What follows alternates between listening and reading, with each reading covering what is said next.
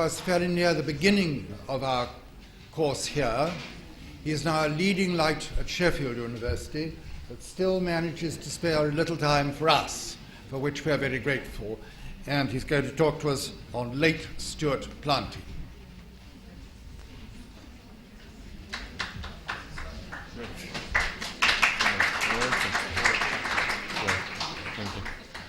Yeah, thank you very much. I've got to follow a very professional talk that someone read, and I've always got a great respect for people who are able to read whilst giving a lecture, because I have never been able to manage it. So you're going to get a slightly rougher and readier talk. I'm afraid I'm going to pick up on some of the issues already raised by two of my predecessors just now, Clemens Wimmer and David Jakes. But that is inevitable when you all talk about sort of the same topic. And I've also got to apologize to some of the students of the General A course, because they will have seen some of the slides before. But what I'm going to do is I'm going to have a look at planting between, say, 1650 and 1730, and look at some of the lessons which we're able to draw out, and how can we get it right? The previous slide was Hampton Court, and Hampton Court was mentioned in connection with Ernest Law this morning, and that was one of the gardens he restored. So just to emphasize that there's always been a tradition of sort of looking at historic gardens and historicism. Here you see another example, Pit Madden in Scotland. And Pit Madden was restored in the 1950s by the National Trust for Scotland. And it's a typical product of its time. I mean, nothing here is as it would have been in the 17th century. Even though people were made to believe such as at the time. I mean, we look here at the box hedges along the side, the type of planting within, which is typical 1950s, the grasses which came up first in the 1930s in gardens, and certainly were particularly popular in the 1950s. And in order to, this garden was found to be rather boring, and in order to make it more interesting, a herbaceous border was created along the edge of it. This herbaceous border is, of course, a clear reference to Gertrude Jekyll and the likes, and has nothing to do with contemporary historic trends. And we were still at it in the 1970s, when this garden was being recreated at Ham House. The area was referred to on a contemporary plan, as the Cherry Garden, and indicated on it were a number of dots.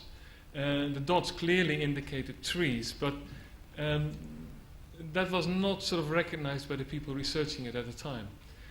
Also, it did not contain the specific elements which you would have found in a contemporary garden. For example, bowers and arbors, which of course are 17th century, so they would be found in any 17th century garden. So what was done at the time, the whole design was shrunk, and the dots, instead of trees, became box cones, and the bower was placed around the edge. You can just about see it, I think. And the planting, which you see, is a typical product of the 1970s, sort of large blocks of singular plants. So again, not sort of very accurate, and it was not foremost sort of in the forefront of thinking at the time. Well, things started to change at Hampton Court, and I'm just hopping across here with a brief reference to avenues. Avenues have always been a contentious issue, and we could give a whole lecture on that, and I think there's someone in the audience who's done so numerous times. But Hampton Court in the late 1980s was a subject of much discussion for the replacement of the trees around the fountain garden. And the debate was about either replanting trees which would be an improved variety of lime tree, to plant something else because for cultural reasons, or to go back to the historic plant, the accurate historic plant.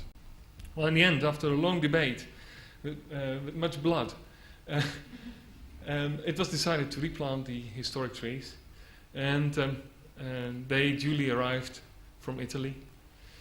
And you can feel the story coming. Of course, they were not the Tilia vulgaris pallida, which was being asked for, but it was a hybrid, Tilia varsaviensis, which is a sort of a Polish hybrid.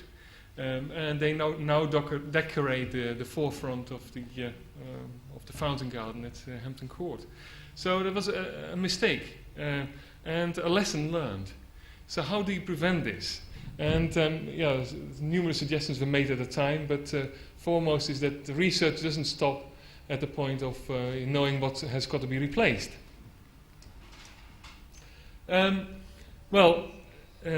Just to sort of introduce the replanting of avenues. One of the avenues had virtually completely gone at Hampton Court, and the 1987 storm blew over the last trees of one of the cross avenues. There were 11 or so trees standing still, and the consensus was that the whole avenue ought to be removed and replanted.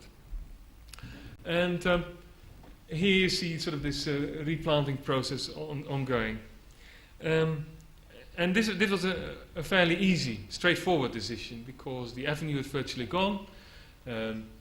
The evidence of where the trees were was pretty evident because you could see the humps in the ground level, and you could see where the tree boles had been. Some of the trees were still there, stumps were there. So replanting was you would say, quite straightforward method. But here again, there was a lesson which was being learned. The avenue was surveyed, and the surveyor went away, had recorded all his data, and then came back to set it out again. And of course, it went slightly wrong. Being the whole avenue being about 1.5 meters out at the time of setting out, which was corrected during planting. But it is again, it's something which you must be aware of. It's much easier to work on the actual archaeological evidence of the trees as and when. But if you put in deep plows in order to improve the soil, then that is a very difficult thing to do. So again, something to contemplate. I'm not going to give the answers today, but it's worth debating and discussing. Quite a different approach now at Herrenhausen. There, the lesson was learned as well. In the early 1960s, a large avenue was replanted under great local protest, and that is the main thing with avenues. It is what do you go for? Do you go for the architectural effect? Do you go for the avenue effect? And we've noted that even if 40% of the avenue is missing, you still get the avenue effect. So when should you take the decision to replace an avenue? Well, these are very difficult decisions and very contentious and politically extremely difficult. So for the Great Garden in Herrenhausen, they've now decided to continue what they've been doing for the last 3 centuries, and that is to interplant as and when trees die. It's one solution, and I'm not saying it's the correct one, but at least you continue the historical pattern of what has been established over the years. Remaining at Herrenhausen and now switching to the Plattbonde, there have always been these debates. There have always been these debates on what is the right type of planting, and Herrenhausen particularly highlights the political difficulty as well in getting anything which is more correct. The curator here on the right, has been there for a large number of years, but he has found it extremely difficult to convince politicians to go to accept more historical type planting. And even though we're working on the second, or you could say almost the third restoration there this century, or previous century, it has been difficult to reintroduce historic planting patterns. And that's what we're going to look at, one of the aspects we're going to look at in a minute. Another example here, which I'm just quoting, and as an example of the 1990s, is Nordkirchen, also in Germany. Very nice, 17th and 18th century castle with a nice garden, which was recently restored. But all the detail you see here is very much late 20th century. And you can see a number of lessons. You can see where the gardens which have been inspired by, which basically had low. It is a bit Herrenhausen. Very little originality, and certainly with the planting you see here is late 20th century planting. And here you have got a better view of some of this 20th century sort of detailing, the concrete edging, which has been emphasized by David earlier on. And here, another thing which you see here is the type of gravel being used, which is a type of gravel which has been ground with big mills, which certainly weren't available in the 17th century. The other one inside is sort of looks a little bit like a brick dust, but I think it looks like a harder volcano stone as well, which wouldn't have been available in the 17th century either. So here there's very little right. David mentioned. Jan, you want to comment on what would have been available? I'll come to that in a minute. Yeah, sort of the type of detailing we'll discuss it. I first discussed sort of a number of examples, and so at Hadlow, and at Hadlow there were a number of garden committees, and each committee looked at a different aspect of the garden. But the final decision lay with the conservation architect. And Hadlow has been extremely influential in sort of providing an example for garden restoration. There was some archaeology, and even though that was done, very little was interpreted and then fed back into the restoration process. So it was a sort of a missed opportunity. Clement showed us this picture as well. And the first thing we're going to look at is sort of planting design in platborders, which is the borders around these parterres. And the use of box edging. Here at Hadlow, for example, you see the original material, which is brick dust. And in the 17th century, what was used a lot was ground roof tiles, which were slightly harder than brick. And that was used, but that wasn't... in the 1980s, with the restoration, they used brick dust. And what happens with brick dust over the years is it becomes soft because of the freezing and thawing process. And what you get moss growth on it. And it becomes filthy. And as volcano stone has got almost the same color, but is harder, moss doesn't attach to it. So that has been a replacement here at Hadlow. There was a learning curve as well. But it's not the right material. And this is transported from the Ardennes, and to transport that significant amount of material from the Ardennes, even in the 17th century, by the king, or by the stadtholder, would have been very difficult and very expensive. I've just got to go back. The box edging served to separate between different materials, and that is why it is called edging. And David emphasized that this morning. And so between sand and gravel or sand and earth, and you would have had the box edging. This edging would have been sufficient of height to stop the movement of the materials. It was only there to stop this. So it wasn't there to form an architectural element within itself.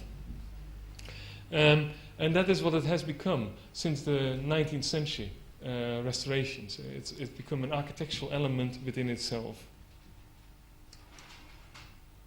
And here you see what it was like in the 17th century. It was what was referred to as edging, and within the parterres, it was called tracery. Tracery like in embroidery. And it was supposed to have the delicate sort of flavor, which is completely lacking in our late reconstructions. Here you see an example of Middelhoek, which is just near Amsterdam. And typical period detailing, I'll come back to that in a minute. And here back to Pit Madden, and you see that the delicate sort of flavor is completely gone. There's nothing there. Also, the pattern is completely different from what it would have been in the 17th century. Yeah. Here another one, and this picture helped me to remind you that it is very important to have one type of box. And I'll come to the right type of box in a minute, but here, just to point out, is that you see the different color of box, these two different, one is yellow and one is dark green. And you can use this to good effect into a garden. It can also go incredibly wrong if you mix the two, and it looks incredibly motley. And I'm afraid that is the case with a lot of restorations, certainly the early restorations, because basically until the late 1980s, box wasn't cultivated in any sufficient amounts to be able to buy it from one source. And here you see another example. This is Herrenhausen again.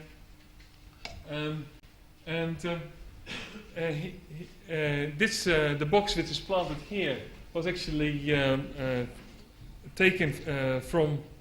was ordered from the Netherlands in the 1960s when the garden was being restored.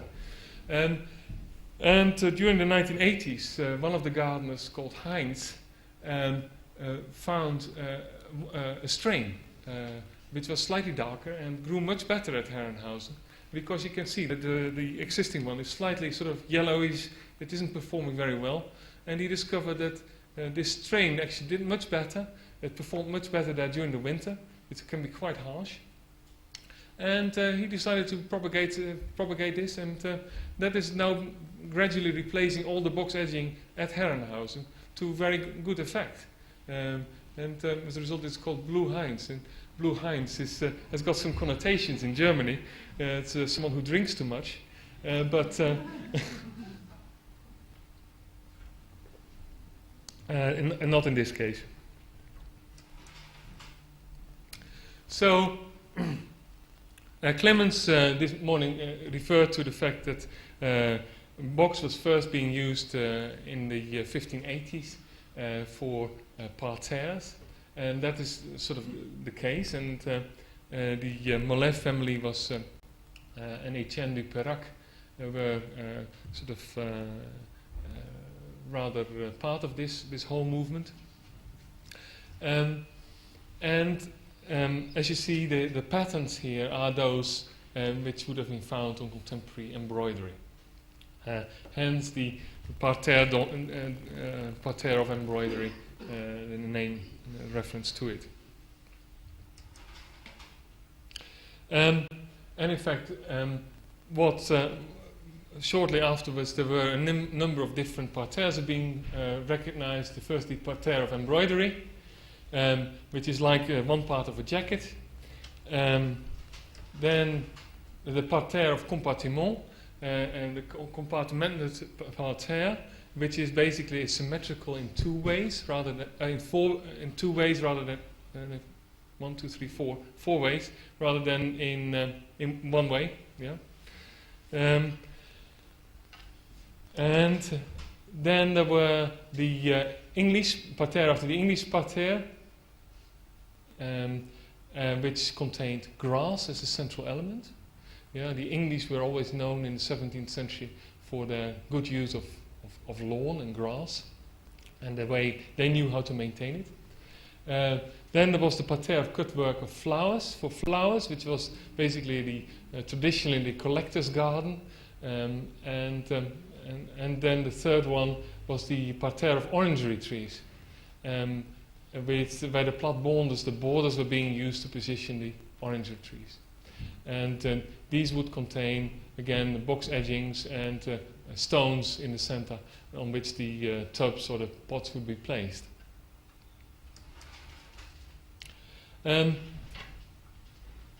Despite popular belief, very few of these parterres of embroidery were actually created in England. And this is one of the few examples. This is at Chatsworth, and this is a parterre created in the 1690s, late 1690s by George London.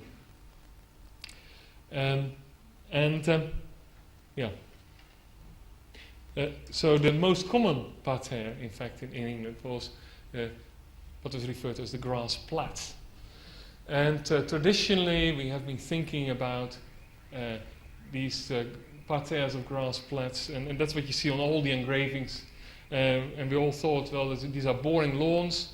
And when you step forward to Ham House, indeed, they have become rather boring sort of grass plats.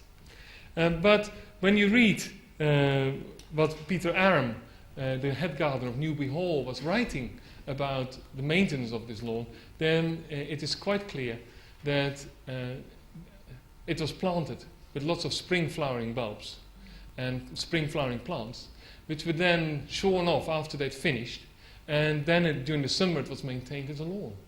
So there is a second dimension to this, which hasn't been explored in garden conservation, as far as I know, as yet.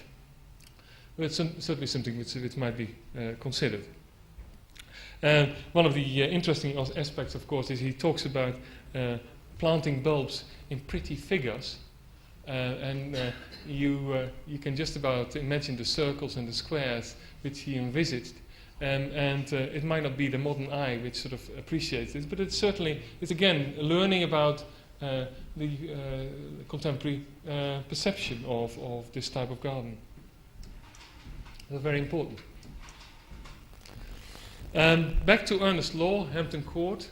First of all, the knot garden is something which is also deeply inherent to present-day sort of perception of the 17th century, and which was with different types of herbs intertwined with each other, rather than just with box tracery. And these would have to be replaced every 5 or 6 years, or sometimes more frequently after a hard night frost. So box was chosen to become a more permanent element to align platbonders. And before that, and with box you talk about bordered, beds, and before that you talk about boarded beds, and the boarded beds are the boards, are the wooden planks which would be surrounding these beds. Yeah? And we've also got to remember that during the 17th century the climate was a lot wetter than it is nowadays, or perhaps not like last year, but perhaps not much unlike last year. And so beds were always raised in order to keep the plants out of the too wet soil. And that is also what you will see in the platbonders later on. Box was already being used for the purpose of planting in 16th century Netherlands, where it had become a feature in vegetable gardens, and it was a tradition to border these to keep the beds neat. And box moved from the Netherlands to France, and explored by Mollet family and different varieties. But there were different types of box being cultivated in Europe. And these different types also arrived in England. And when we see references to Dutch box and French box, it's all dwarf box, but it's not necessarily the same type. And that is very clear when we look at records of Hampton Court, for example. Just have a look at some of the planting.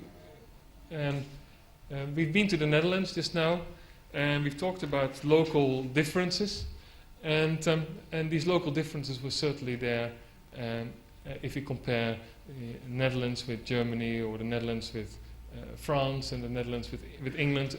Every country is sort of distinguishable in type of planting, and I'm going to just touch on each of these different types, and the importance of sort of maintaining that local distinction, so you might say. Here you see plabond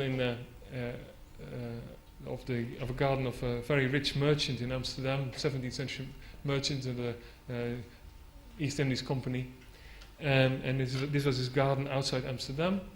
And here you see the plabond with a nice, neat edging around the edge, the clipped, shaped trees, as they refer to, not topiary at this time. Topiary was something quite different at this time. And then the planting within, which is in the center of the plabonds, which is individual plants spaced along. And this is the typical Dutch manner of planting. It's not dense, it's widely spaced. And it's appreciated for its own characteristics. And here I sort of got a little caricature of it, but this is sort of the principle, with lots of space around the plants, so you can appreciate them as individual elements and part of a composition. And the Reconstruction at that low has recognized that, and is a very good example that this is concerned as to what might be achieved with planting. Also, the standard of maintenance here is extremely high. And those are the two lessons that really from that low. We've talked about the box edging, which is wrong. Some of this infill material is different from what it does in the 17th century. They've used concrete edgings around the edge, which is wrong. But there are other aspects which are spot on.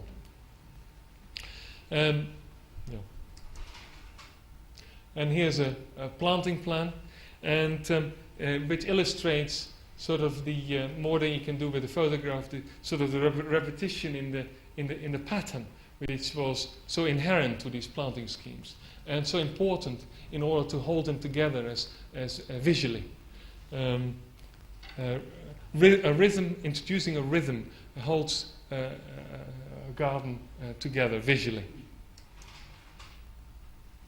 And when we look at all these planting plans of the period, and this one was shown by Clemens earlier on for Trianon, Grand Trianon in Versailles.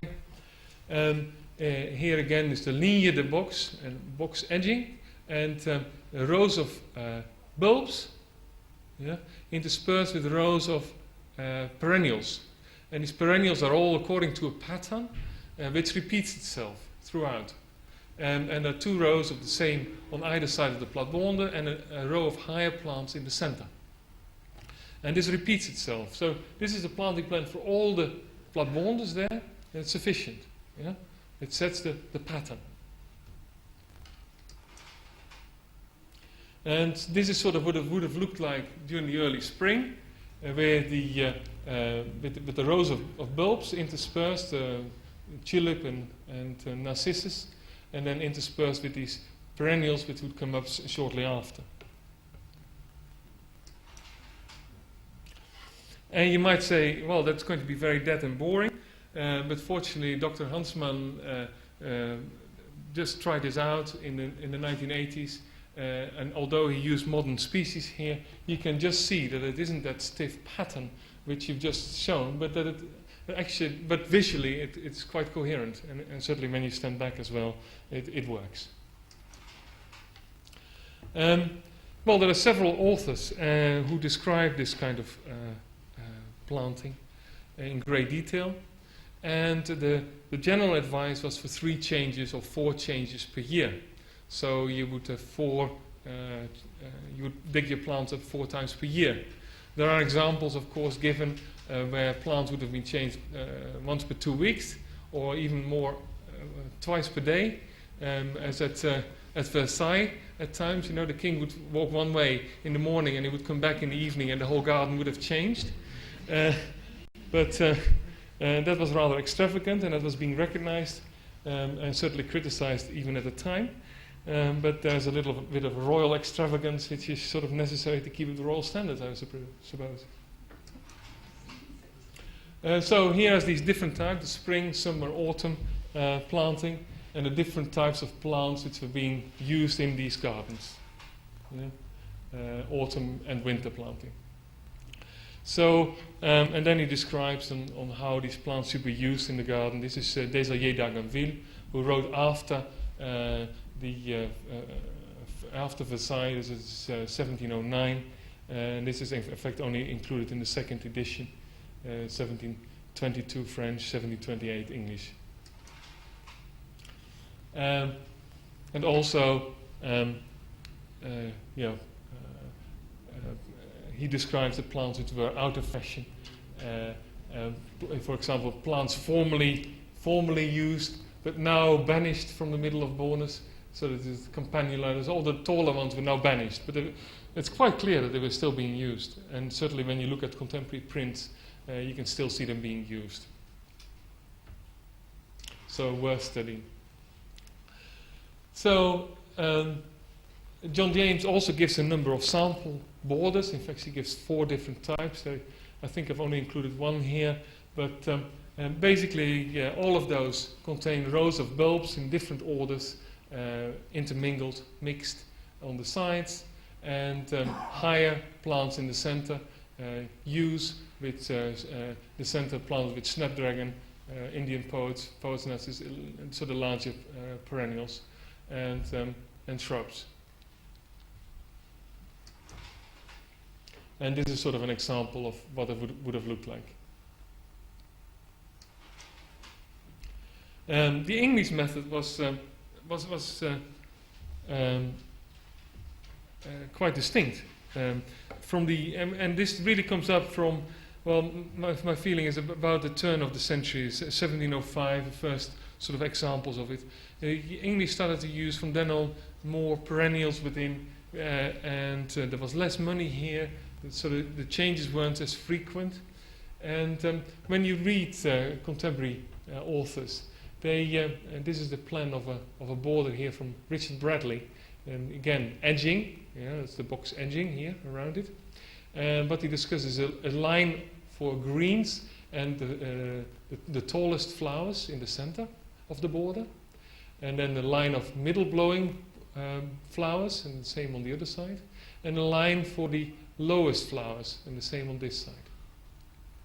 So you get this stage, this graduated design with the highest plants in the middle and lowest on the side. And again here it's quite clear that the pattern is mixed or mingled, i.e. you get this repeating pattern. And here you go, and he gives the different types of plants, and what shows that this planting was intended to be more permanent is the fact that he talks about things to be sown on site. And he gives a whole list of plants, and others were raised on the glass, and then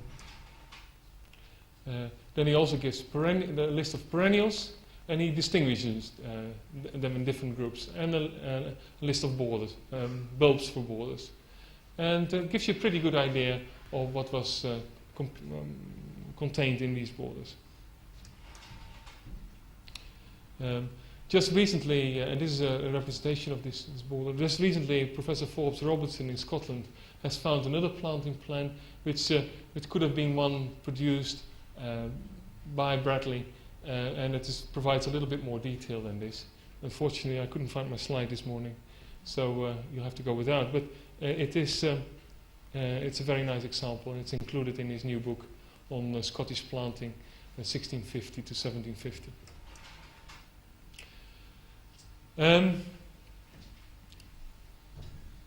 Yeah, I've rather concentrated here on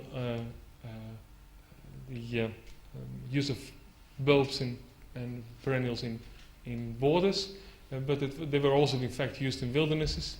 But Betty Langley has got a whole chapter on how they're supposed to be used, and he puts them under the headings of the different months. And you should have something right throughout the year. Again, pointing at the sort of the permanency of the border planting.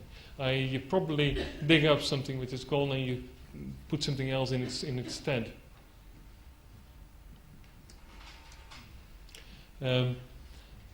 London and Wise, we heard this morning, copied or translated the book by Leger and Gentil, the two books, into the Retired Gardener, and they included the plan for a border in that, and that sort of repeats the French pattern.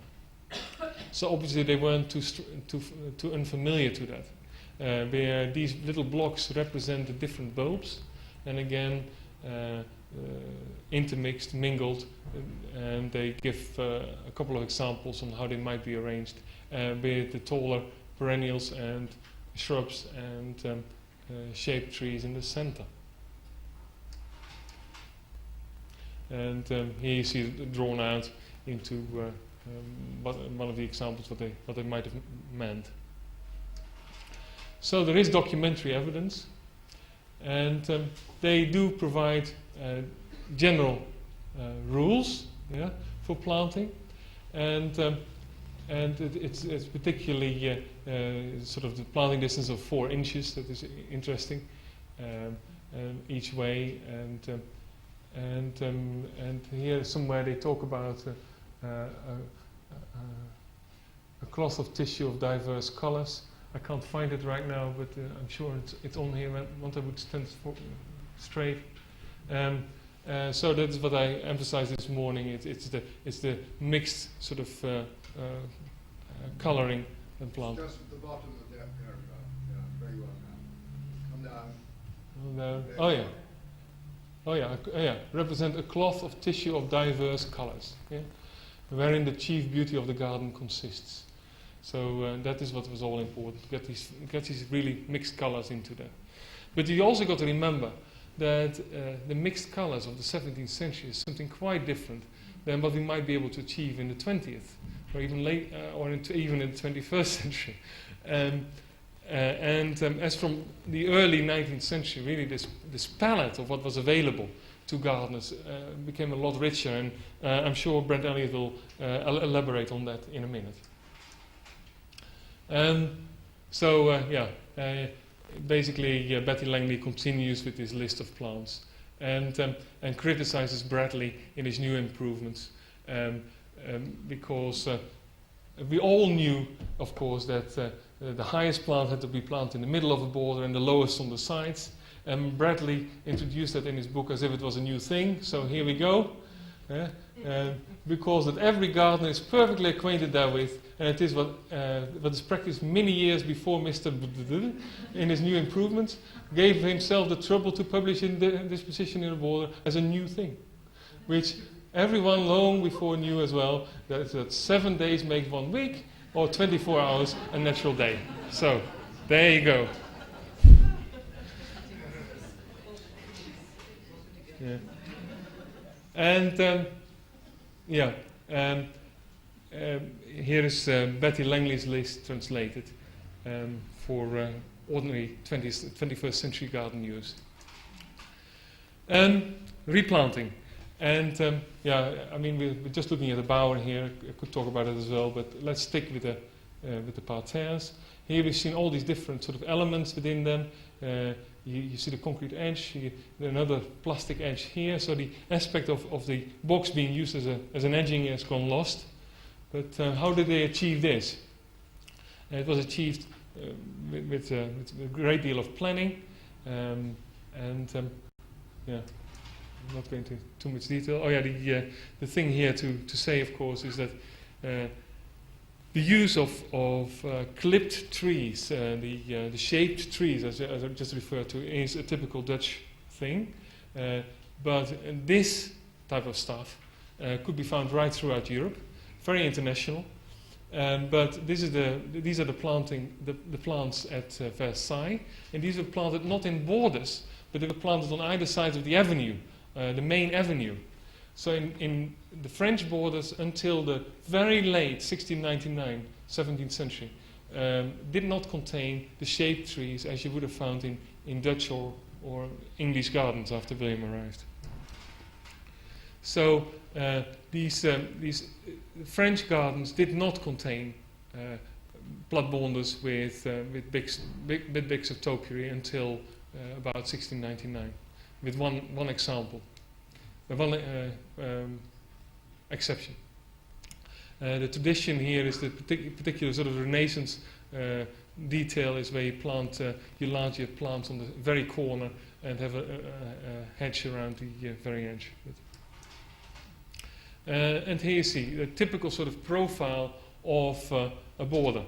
The planting plan which has just been found, uncovered by Professor Forbes Robertson, shows that the center of the border was 12 inches higher than the edge. So for a 6 foot wide border, that means that it's quite a rising in this border. And this rising is referred to politely as a calf's back. And it was there to set off the plants, but it was also to keep their roots of the more precious plants out of the moisture. But if you want to repeat that nowadays, you come up to all kinds of problems, of course, because the climate has become a bit drier, which makes it the plants ensures that the plants dry out quicker and they don't perform as well. So, what do you do? So, setting out, we'll just flick through this. This is head low. How did they do it? Well, here they drew everything on big sheets of paper, which they then carried outside, and they pinned the holes through there, and then they put the box edging on where the holes were in the soil. Traditionally, it would have been different. It would have gone with pieces of string, which would have been set out on your plot of ground, and then you could draw your pattern within that. And that ensures that there's a slightly more inaccuracy than the great exactness which would have been achieved at head low. So inevitably I had to go and say a few words about the restoration of the Privy Garden at Hampton Court. What do you do? And how do you get it right? Here again, this was the sort of the wilderness which it was before. An overgrown 17th century garden with 3 centuries of growth. Some of the original trees still there. The choice is there. Do you maintain the 17th century plants, weed out but everything else and preserve it like that? Or are you going to maintain the garden as it is? Or are you going to restore it back to its former architectural sort of appearance? And the decision was made by the curator, who put the chainsaws in over the weekend and cleared it. And then we were given this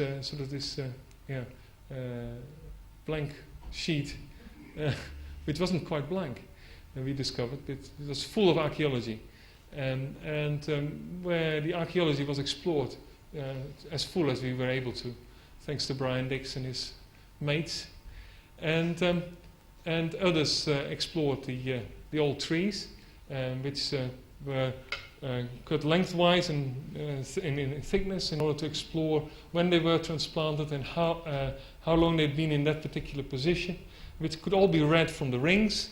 We could actually read from the vertical sections how long they'd been maintained at a certain level. So we knew that the trees in the parterres were maintained at 8 foot height for a 35-year period. And those are the sort of the lessons which could all be drawn from the actual material on the site. So the evidence was site evidence was incredibly good, plus an incredibly good archival evidence. All trees were numbered and sort of investigated. Cuttings were taken from the old trees, and which are now growing and hopefully are intended to replace the originally temporarily planted trees in the not too distant future.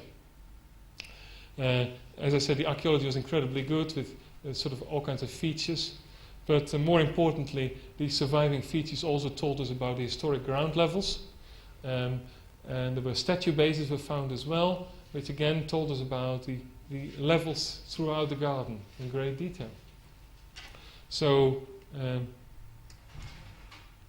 here you see some of the foundation, the drainage levels, 17th century sort of drain. The detail of information was incredibly good. And here the platbonde was dug out of gravel and filled in with rubbish soil, so that they actually intermixed with lots of goodness in order to serve as a growing medium for the plants within the platbonde. And here you see another shot, and so the stumps of the old trees gave us actually great detail of the exact position, but because beforehand we weren't able to determine the center point of these trees, but later on, of course, once you've cut them down, you can pinpoint exactly where the center point has been. So again, that gives you, you're building up layers of information, which is useful if you want to know the detail of this garden. And here you see sort of an early plan for the reconstruction of this garden. And this was before we had all the archaeological information.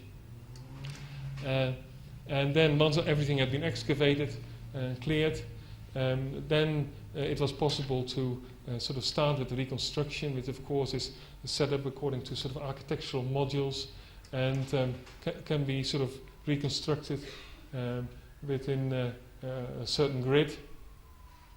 And here you see sort of how everything is related to a 4-foot and 6-foot grid,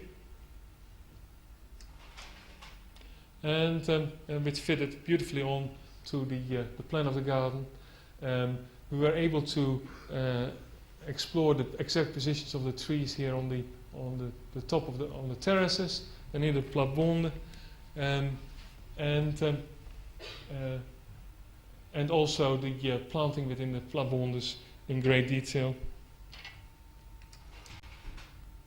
And here we see the planting of the platbondes with mixed or mingled summer planting.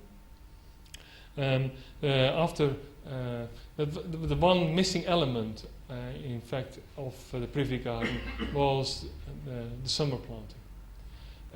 And whilst information was given that there was spring planting, there was no evidence of any summer planting. But these plants would have been in the gardener's possession. And since the gardener was Henry Wise, the London and Wise nurseries were certainly nationally famous, they would have been in possession of this kind of material, and they would have propagated their own plants. So we based the type of planting onto the sort of planting they were doing in other gardens like Blenheim and Chatsworth and Longleat. And here you see the spring planting, and this is where the mixed or mingled pattern really comes out nicely, with the whites jumping at you with this particular light, and you can see how it holds the garden together visually, but also, I mean, it's great for scent. So this is what you see from the terraces, but you're also encouraged to walk in between on the main path. And here you see sort of the character of these types of plants. Summer planting, the types of plant are fairly easy to get still. Most of these early perennials and annuals which were used in these plants can be had. The problem really occurs with bulbs. Another aspect we looked at, and just mentioned it briefly, is the grass. And as I told you before, the English were famous internationally for their beautifully kept lawns.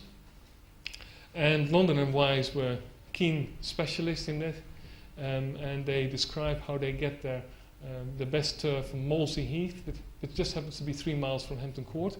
So it was safe to assume that the turf from Hampton Court actually derives from Molesey Heath.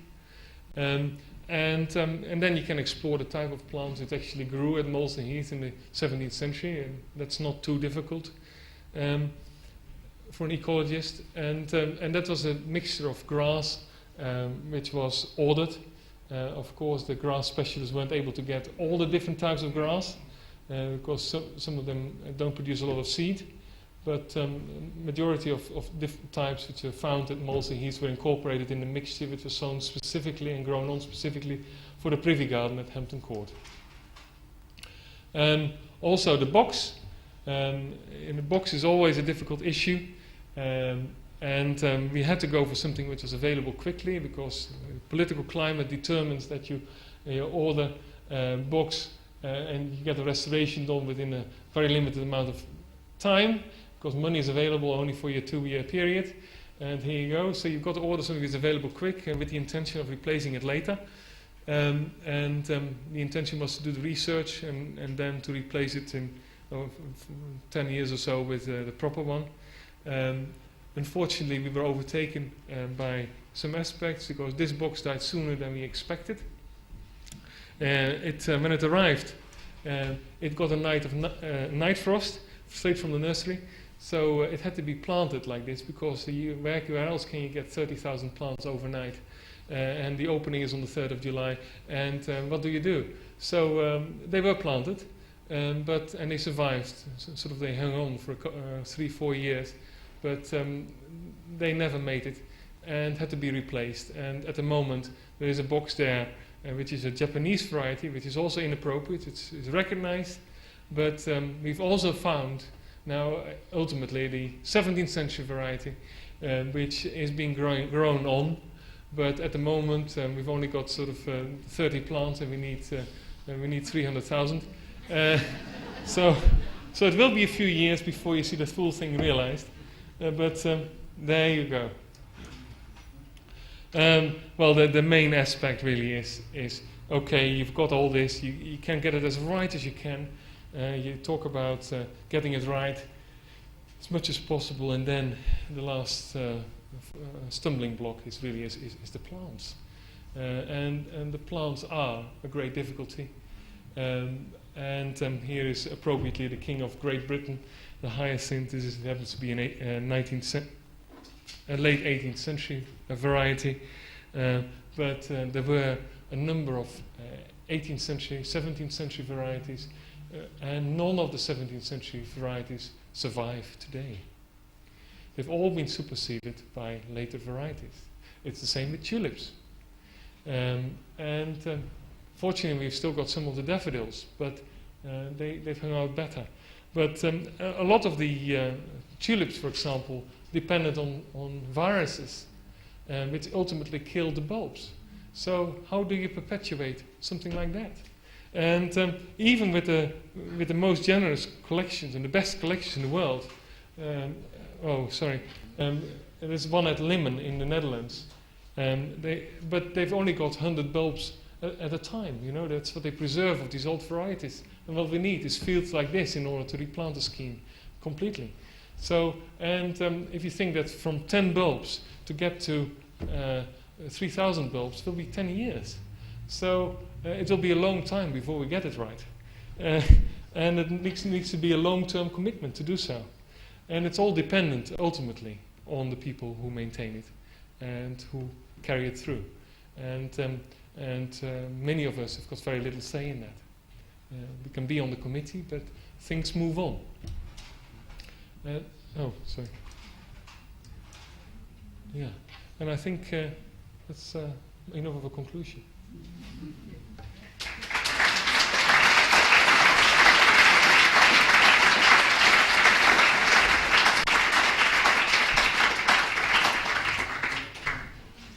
Tea. Well done, everybody. Tea now.